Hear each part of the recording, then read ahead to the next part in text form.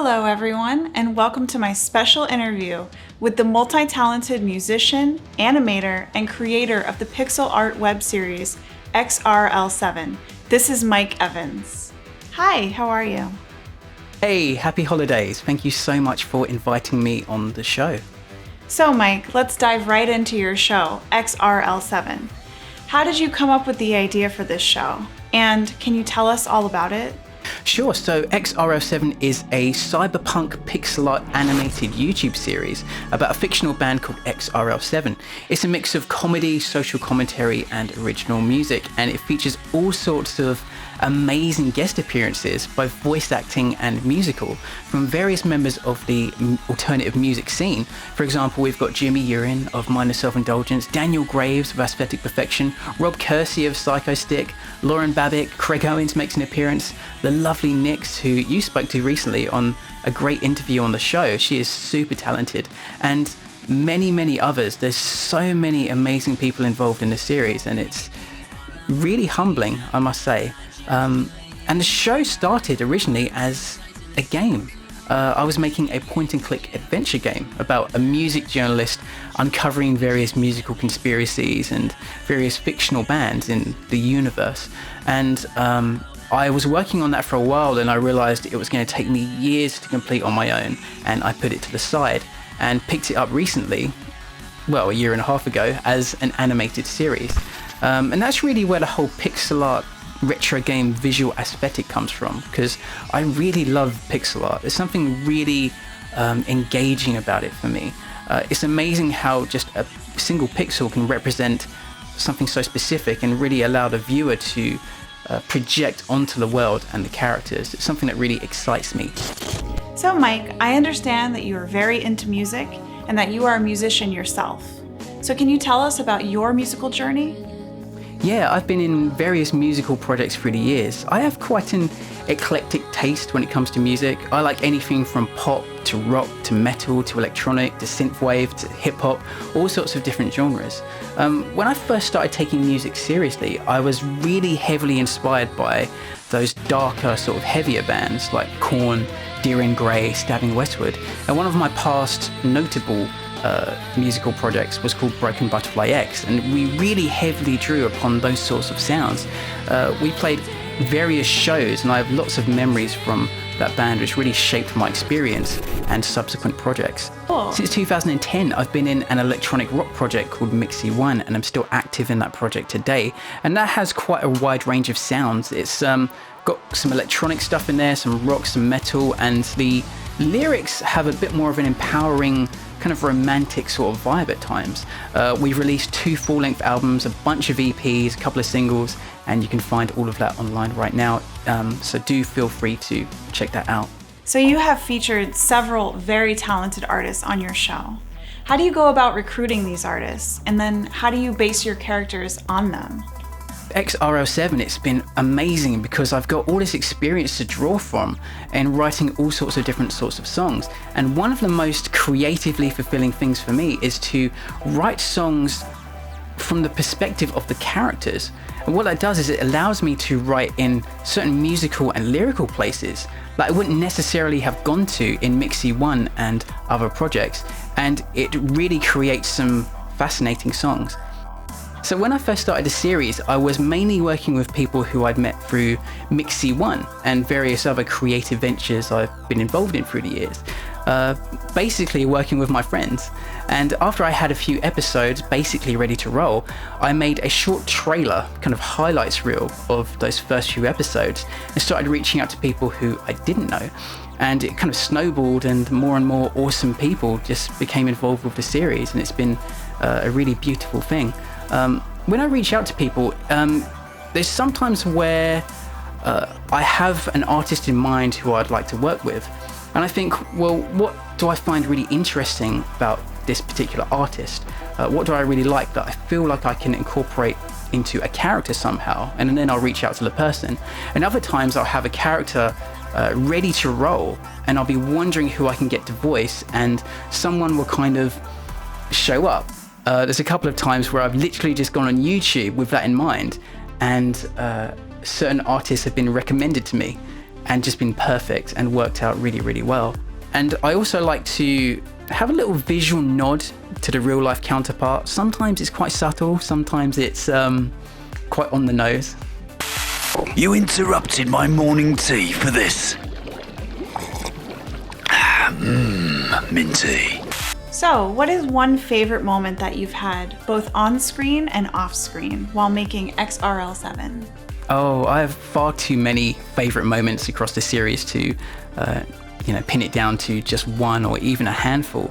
On screen, I mean, just hearing the voice acting of so many different amazing artists absolutely killing it as voice actors is phenomenal. I mean, Daniel Graves as Devi Divine is just hilarious. Lauren Babick of Red-Handed Denial Crazy 88 as the sassy Kim Claus is amazing. Mikey Ultra-Red as the Duke is fantastic. It's just so fulfilling to have these great performances and so much fun to animate as well. And I have to do a special shout out to Alan Rogers, who voices the band manager Alfie, because he is consistently absolutely hilarious and so amazing at the role, and I think brings a lot of laughter and fun to the series. Name's Alfie, band manager extraordinaire. You have quite the creative mind, and you have so many great ideas. What does the future hold for Mike Evans? We've got more episodes and music coming up in the new year. The release schedule is going to be a little bit more relaxed than it was in 2020, as I kind of exhausted my queue of completed episodes, and I'm working on several in parallel now, and they're going to be released kind of as they're finished. We've got some really fun stuff on the cards, some really awesome musical appearances, things I'm really excited about, and yeah, it's going to be awesome. So hopefully the future involves the continued rise of the series and hopefully touching more people's lives. Thanks again, Mike, for being with me on the show. Now let's watch a full episode of XRL7. Get ready to get pixelated. Whoa, my hands, my face. I'm pixelated, but I can get used to this.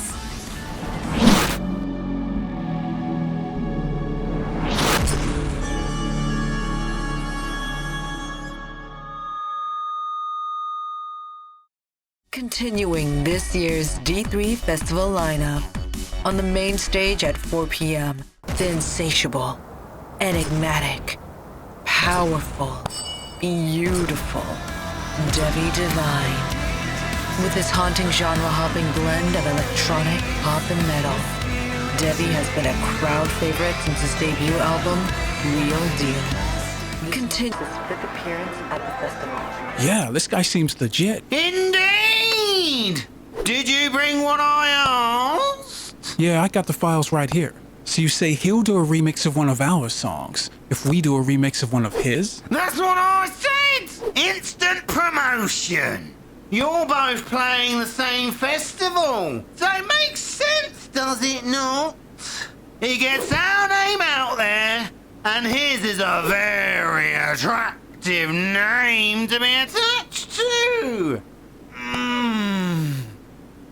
Completely professionally speaking, of course. I'm here. Your voice message came out weird. Omega, quick! Emergency! Get to the address! Devi remixes!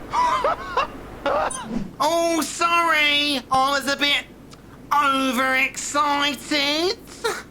And I was with my personal trainer at the time. He was working me very hard. Huh, random. So, why the big rush? Devi is a notoriously busy man. Simply notorious he is.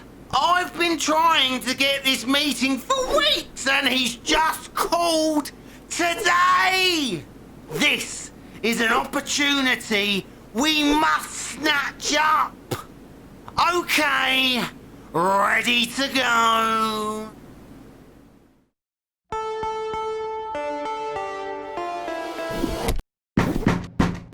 Yeah, come in. Devi, how are ya? This is Omega. I'm PJ. I'm prepping my set for the D3 festival. Check this out. It's gonna melt faces.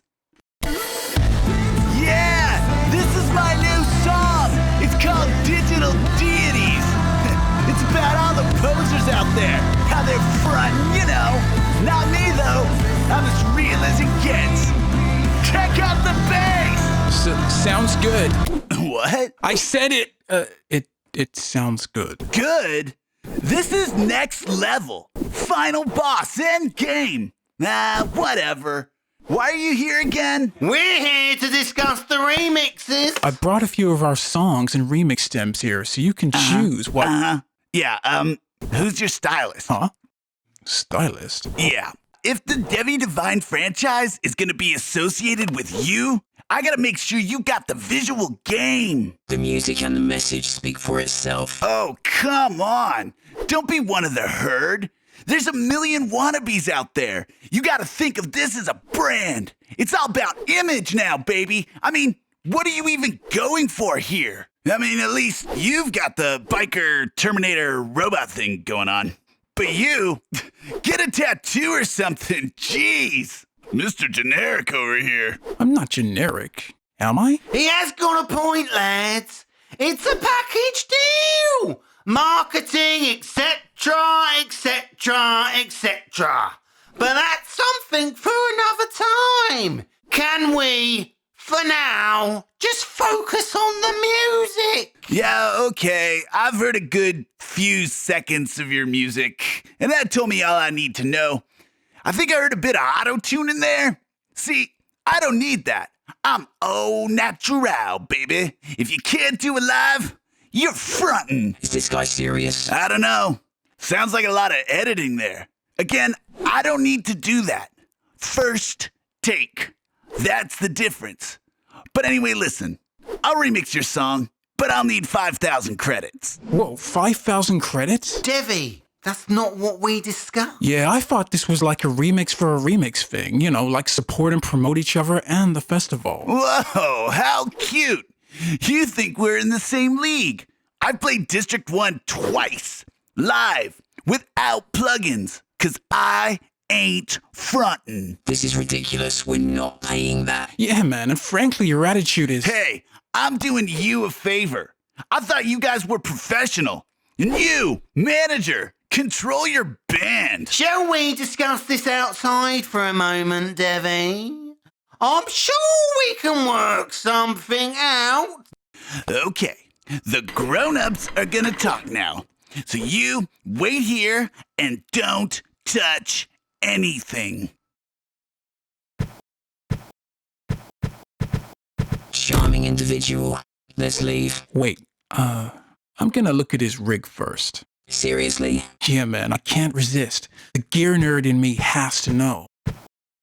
Whoa, this thing is overloaded with plugins. Check this out, Vocal Fix 5000, a million layers of distortion. Looks like a pirated version of Synth Pro as well. Dude, I don't think his machine can handle this many instances. Hey, get away from there! Sorry, I didn't mean to, but man, there's too many plugins active on your rig. It's gonna freeze up live. No, you're gonna freeze up after trying to follow my set on stage. You know what? If you guys ain't gonna shell out, then get out. My time is precious. This is pointless. Let's get out of here. This is going nowhere. Come on, lads. We don't need to deal with this. Yeah, out! Shoot! Shoot!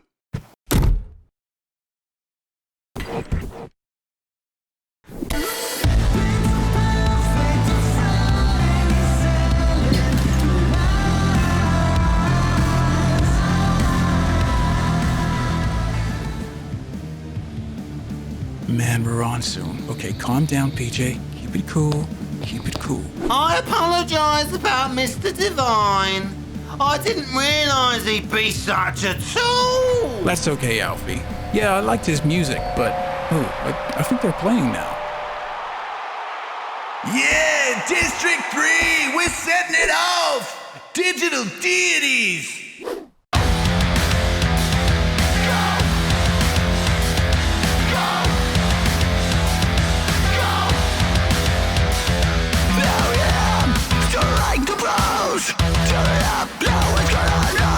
Synthetic realities distort a point of view. Oh yeah, the audio's been fixed.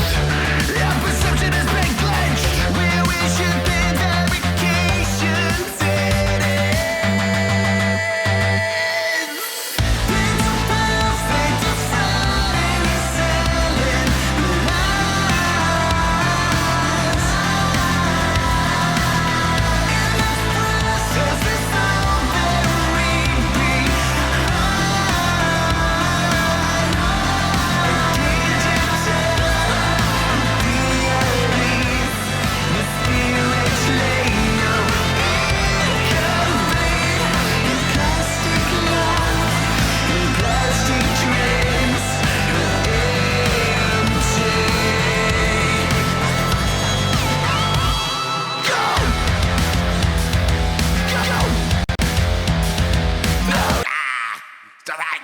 knows. Turn up, love, what's gotta synthetic reality's just on a point of view. Oh yeah. Huh? What's going on? They're fake! It's all effects! I think he's miming. What? What happened? The laptop's choking, ma'am! It's overheating! They're not even playing their instruments! You suck! Go on, Milli Vanilli. Get off the stage. No! This can't be happening! This is X-RL7! This is your fault! You did this! We didn't do anything.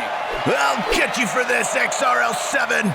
I ain't frontin'!